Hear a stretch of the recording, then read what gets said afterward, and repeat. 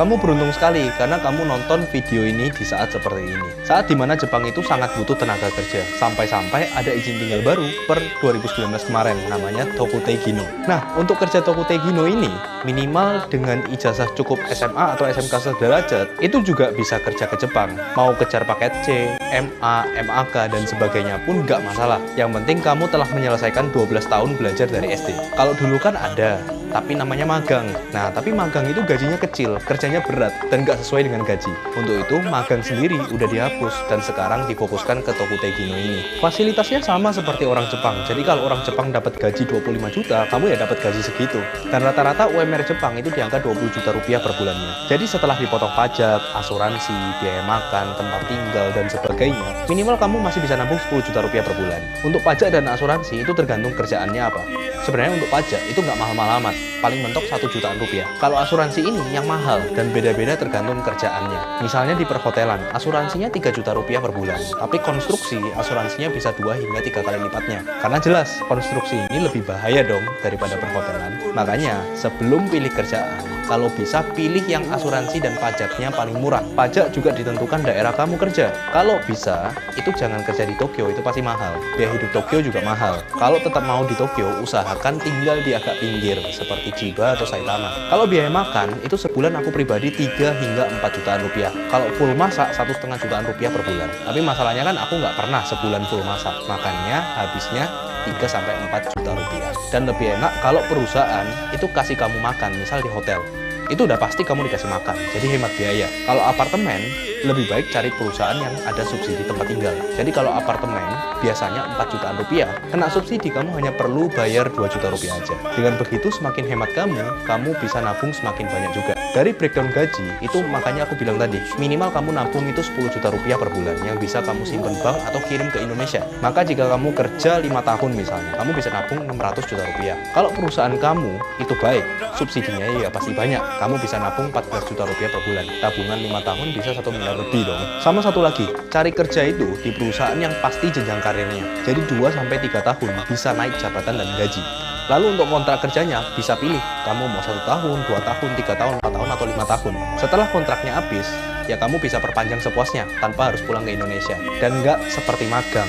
Untuk Tokutei Gino, kamu juga diperbolehkan untuk ngambil cuti. Jadi sekali lagi, fasilitasnya itu sama seperti dengan orang Jepang. Jumlah bidang kerja di Tokutei Gino sendiri itu ada 14 bidang. Ada perawat lansia, di mana tugas kamu membantu orang lanjut usia untuk melakukan aktivitas sehari-hari seperti berjalan, makan, dan sebagainya. Ada petugas kebersihan gedung, yaitu membersihkan tempat umum di gedung seperti toilet, koridor, dan sebagainya. Ada industri pembuatan perangkat dan suku cadang mesin.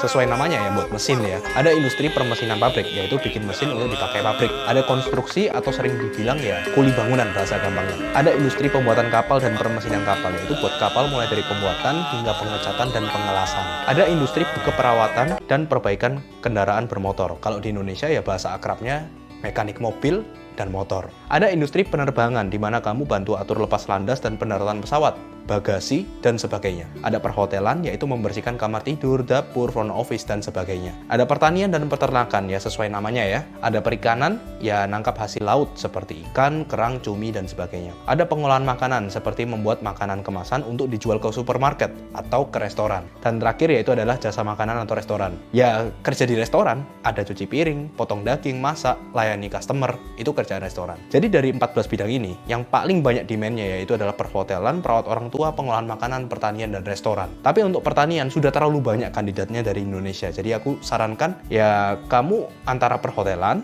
perawat orang tua, pengolahan makanan, atau restoran.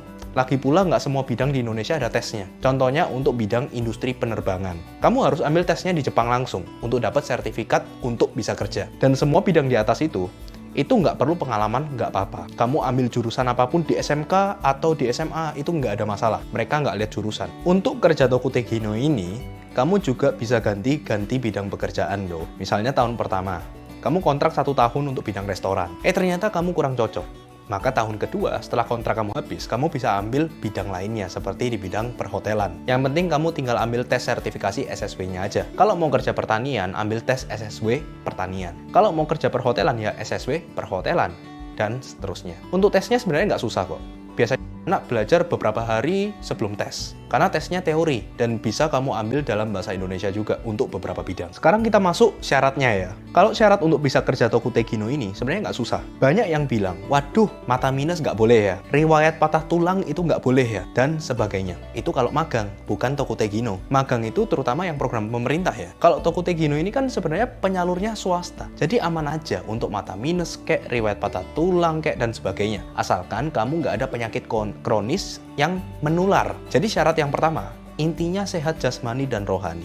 Lalu kamu minimal lulusan SMA atau SMK sederajat. Usia 18 hingga 45 tahun. Dan sebenarnya batas usia ini nggak ada batas usia sih kalau dari perusahaan Jepangnya sendiri. Cuma emang yang paling banyak diterima usia-usia 18 hingga 30-an tahun. 45 tahun maksimal itu aja kalau perhotelan gitu ya. Lalu ada kemampuan level bahasa minimal N4 untuk bahasa Jepangnya. Jika metode dan materi kamu benar, harusnya 2 bulan udah dapat level ini. Dan belajar minimal 2 jam lah per hari. Dan